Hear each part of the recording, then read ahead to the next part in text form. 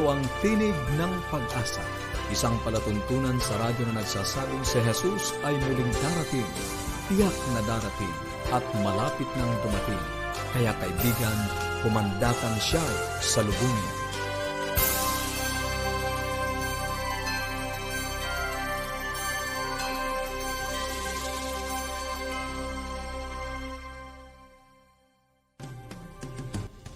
Maligaya at puno ng pag-asang pakikinig mga kaibigan. Kami po muli ang inyong mga lingkod, Pastor Ner Caranza. Maligaya at puno ng pag-asang pakikinig mga kaibigan. Ako naman po si Misty Bontile. Nag-aanyaya na samahan nyo kami sa 30 minutong talakayan tungkol sa ating kalusugan, pagpapanatiling matatag ng ating sambahayan, at higit sa lahat sa pagtuklas ng pag-asang nagmumula sa salita ng ating Panginoong Diyos.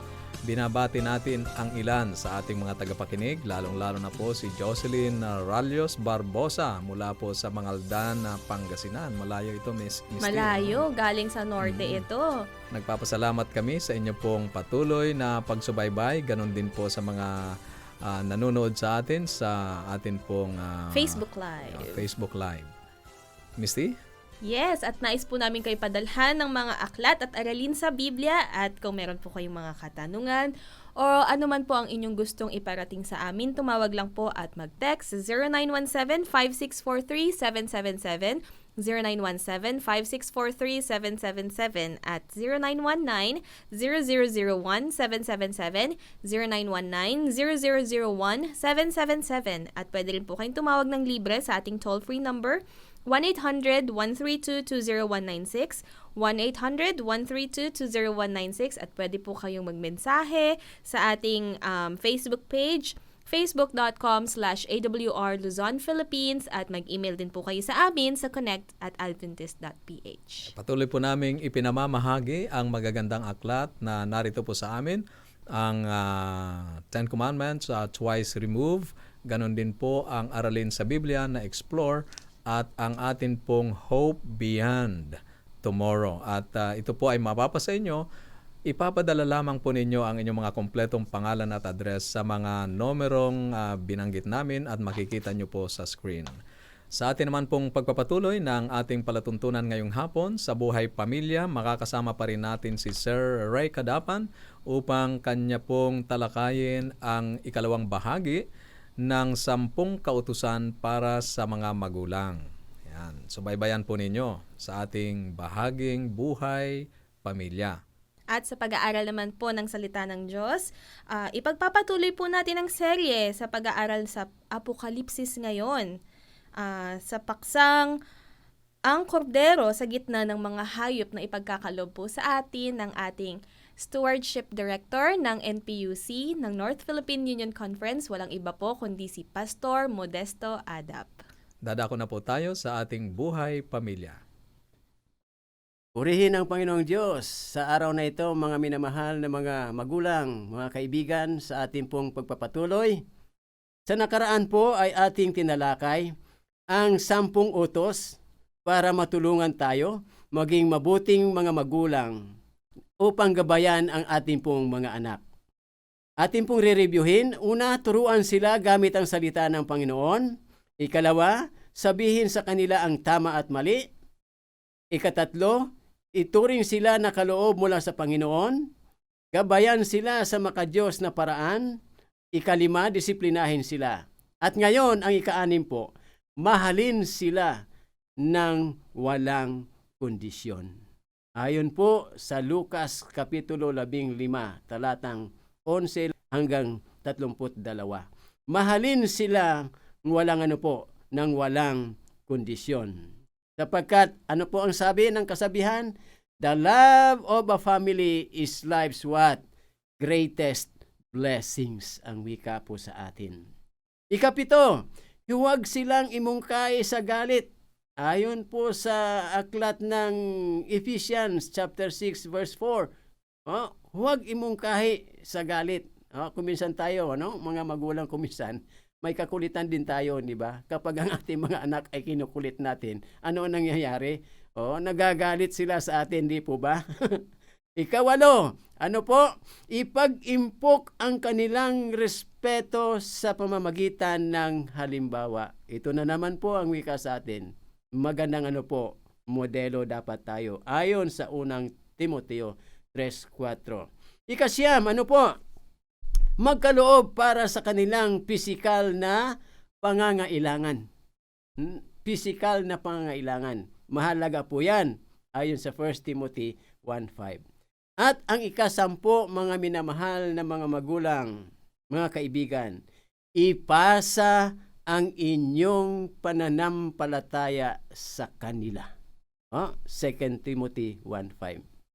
Kung ang panalangin ay ang pinakadakilang pamana na ating maiiwan sa ating mga anak, mga minamahal na mga magulang, mga kaibigan, isa rin sa pinakamahalaga na maari nating maipamana sa kanila ay ang ipasa ang ating pananampalataya sa kanila, mga minamahal na mga magulang. Opo, walang mga garantiya. Ngunit, meron tayong lamang sa pagsubok na balansihin po ang timbang. Balansihin ang timbang. Sabi sa atin ni Von Fiel, "Bless the parents who give heed unto their children's foremost need, and weary not of or cost, that they to heaven be not lost." Mga minamahal na mga magulang, mga kaibigan, matugunan nawa natin ang mga pangailangan ng ating mga anak at huwag po tayo manghinawa sa anumang halaga. Huwag lamang sila mawala para sa kaharian ng ating Panginoon. Sapagkat sila po ay mana mula sa Panginoon. Sabi sa Jeremias 13:20, huling bahagi, sana roon o nandoon ang kawan na naibigay sa inyo, ang inyong magandang kawan, ay tanong din po sa atin sa araw na ito, mga minamahal na mga magulang, mga kapatid. Masasabi ba natin, pagdating ng mapalad na araw, na hanapin sa atin ang mga kawan na ito, na ipinagkatiwala po sa atin, Panginoon, narito ang magagandang kawan na inyong ipinagkatiwala sa amin, handa upang ibalik sa inyo, kasama kami na magmana ng inyong kaharian. Mga magulang, mga kaibigan, nawa sa buong serye nito na ating pag-aaral ay ating pong natutunan na mahalaga ang mga bata sapagkat mana sila mula sa ating Panginoon. Ito nawa ang mangyari sa inyo at sa akin habang tayo po ay patuloy na naghihintay sa mapalad na pagbabalik ng ating mahal na Panginoon. Tayo po ay manalangin. Panginoong Diyos, kami po ay nagpapasalamat sa karapatan na inyo pong pinagkaloob sa bawat isa sa amin bilang mga magulang na minanahan ninyo ng mga anak. Nawa, Panginoong Diyos, patuloy kaming patnubayan, pagkalooban ng talino ng gagaling sa inyo na sa aming pong pangangalaga sa kanila ay maibigay po namin ang tamang turo para sa inyong banal na kaharian. At pag kayo dumating, kami pong lahat ay magkaroon ng karapatan na magmana ng buhay na walang hanggan na inyong inihanda sa bawat isa sa amin. Ito po ang aking dalangin sa matamis na pangalan ng aming Panginoong Hesus. Maraming salamat po muli, Sir Ray, sa iyo pong panahon na ibinigay sa ating pag-aaral ngayong hapon at kami po ay umaasa na ito ay naging kapakinabangan sa ating mga magulang upang ang ating mga anak ay patuloy nating mapangalagaan, maturuan, mahalin at mapalaki natin na malaking pakinabang sa pamayanan at sa ating pamilya. Ayan po, kaya po kung meron po kayo mga katanungan at gusto nyo pong iparating sa amin, tumawag lang po kayo at mag-text 0917-5643-777, 0917-5643-777 at 0919-0001-777, 0919-0001-777. Sa bahaging ito, nais po naming ihandog sa inyo ang isang makalangit na awitin.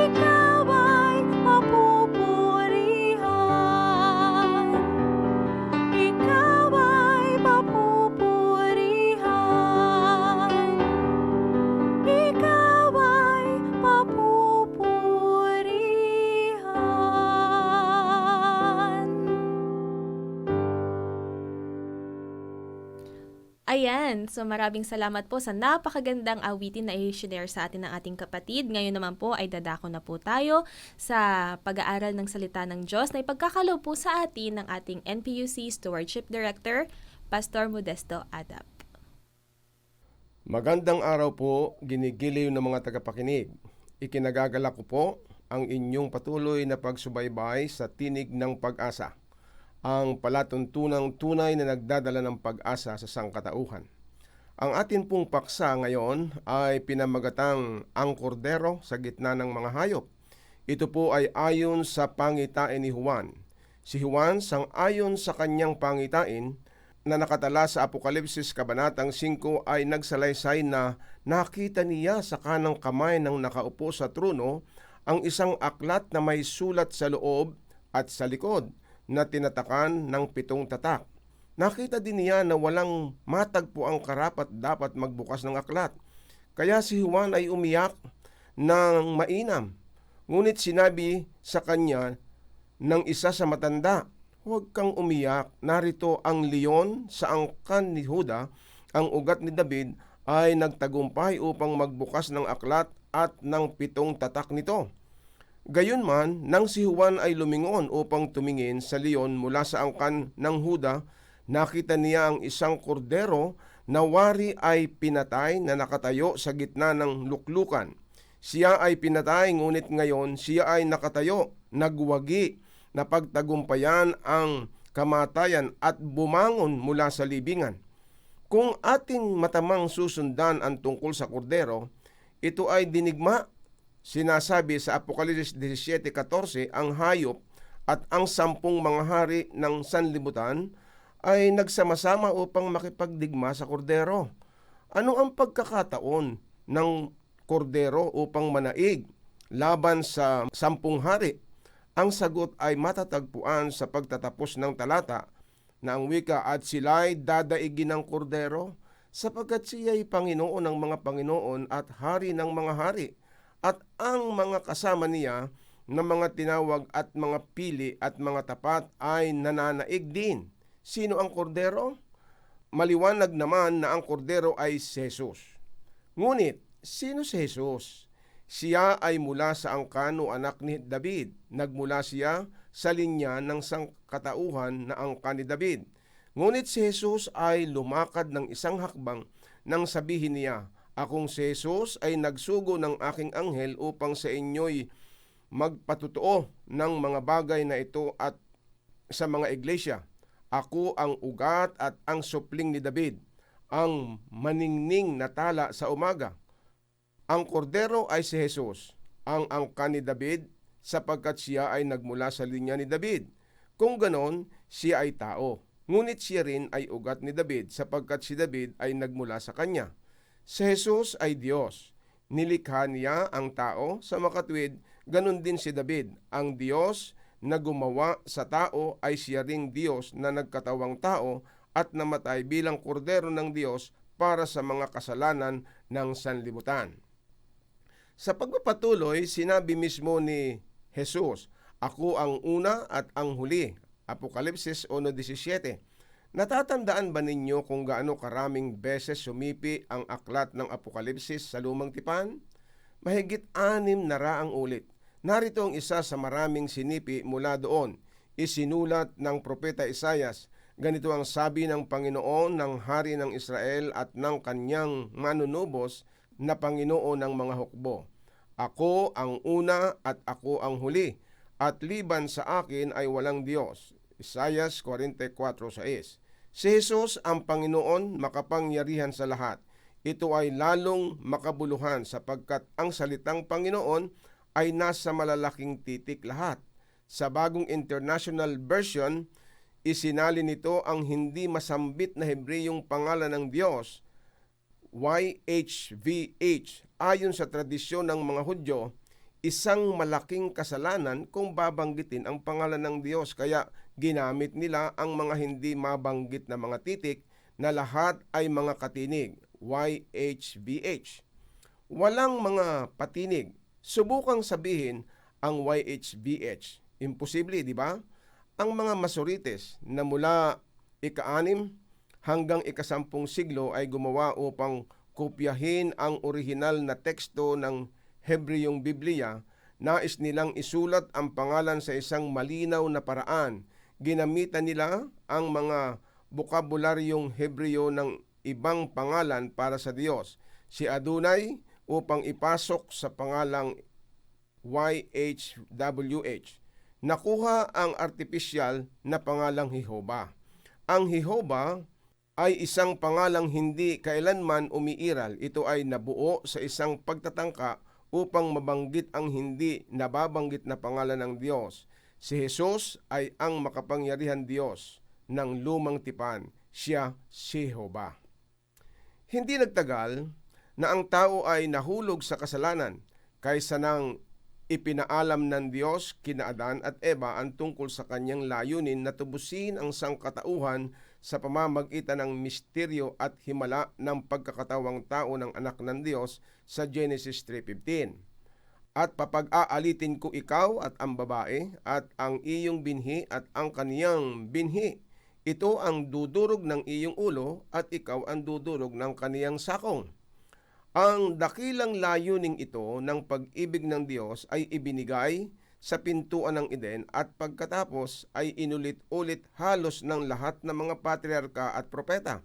Ang dakilang propeta na si Isaias ay nagsabi sa 7 kabanata, talatang 14, isang dalaga ay maglilihi at manganganak ng isang lalaki at tatawagin ang kanyang pangalan na Emmanuel.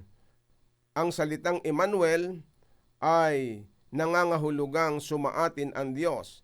Isang mahiwagang propesiya, ang isang birhen ay maglilihi at manganganak ng isang batang lalaki, ang anak ng Diyos. Gayunman ay ipinanganak ng babae upang ang Diyos ay maging isang tao at tumahan sa gitna natin.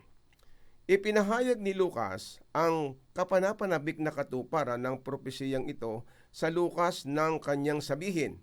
Nang ika-6 na buwan, ngay sinugo ng Diyos ang anghel Gabriel sa isang bayan ng Galilea, ngalay Nazaret, sa isang dalagang mag-aasawa sa isang lalaki na ang kanyang ngalay Jose, sa angka ni David, at Maria ang pangalan ng dalaga. At pumasok siya sa kinaroroonan niya at sinabi, "Magalak ka, ikaw na totoong pinakamamahal, ang Panginoon ay sumasa iyo. Huwag kang matakot, Maria, sapagkat nakasumpong ka ng biyaya sa Diyos.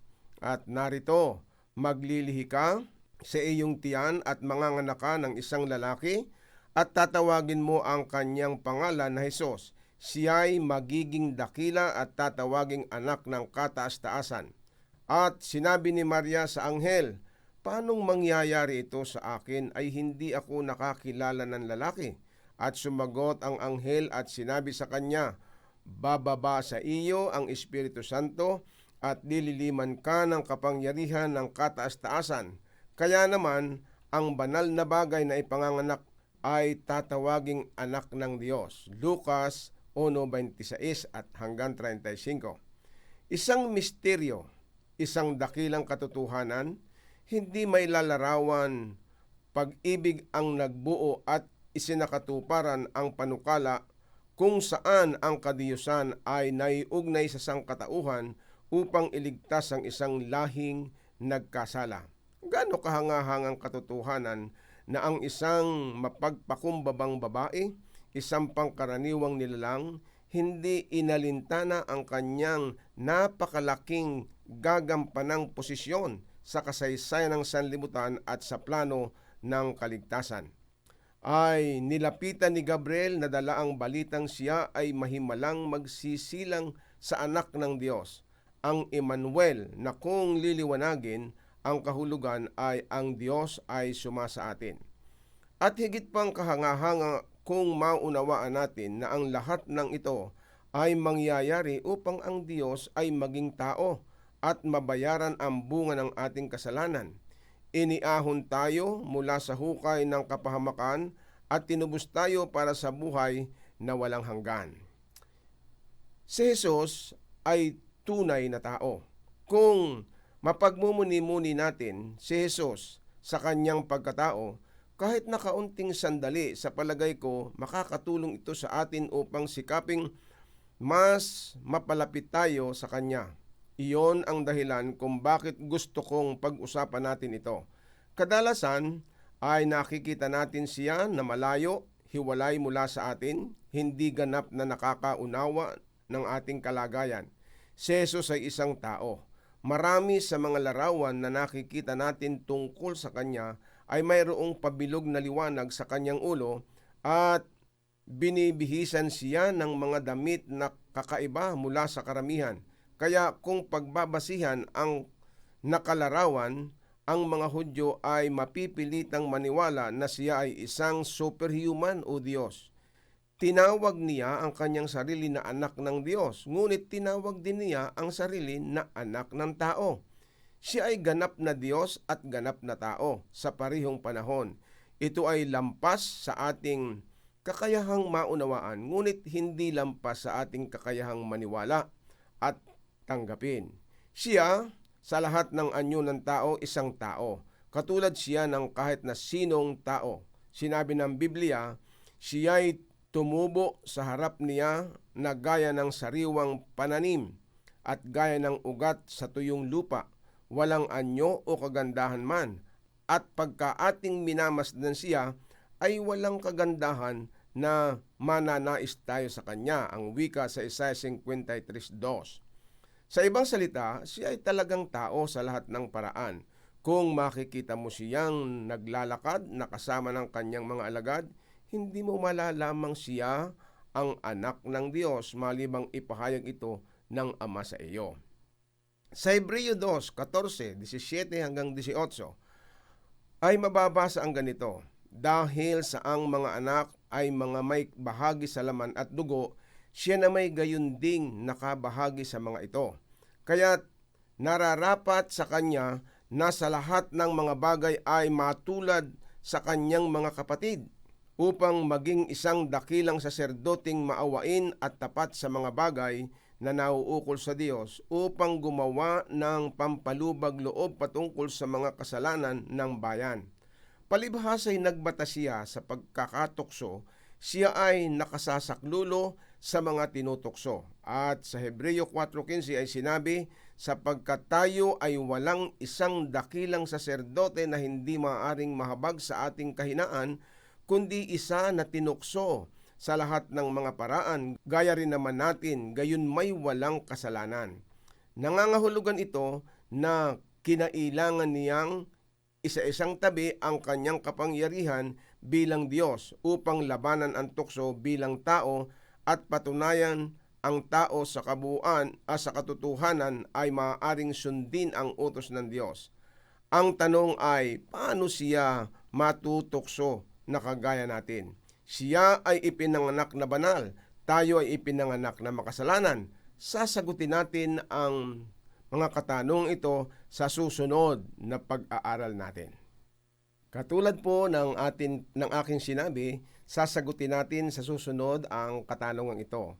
Ito po ay may kinalaman sa kordero ng Diyos na nagkatawang tao. Kaya po, subaybayan po natin bukas. Tayo po ay muling makikinig sa ating talakayan. Sana po'y sumainyo ang pakikisama ng banal na Espiritu at lalago kayo sa inyong pakikinig at pag-aaral ng salita ng Diyos.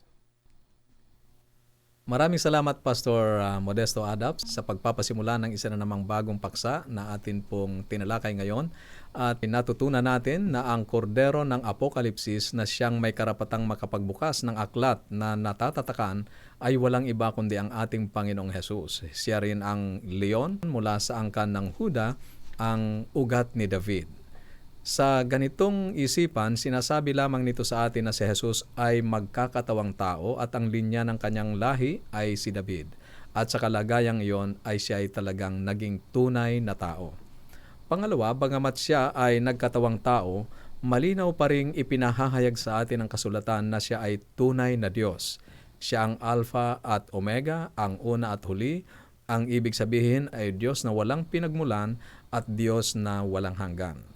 Pangatlo, si Jesus ang ipinangakong tagapagligtas at ang nakapagbibigay lakas ng loob sa mga mananampalataya ay sapagkat siya ay nagtagumpay sa mga tukso, kaya't siya ay makapagliligtas sa katulad nating mga tinutokso. Mayroon tayong kalakasang magtagumpay sa mga tukso at pagsubok kung tayo ay na kay Kristo.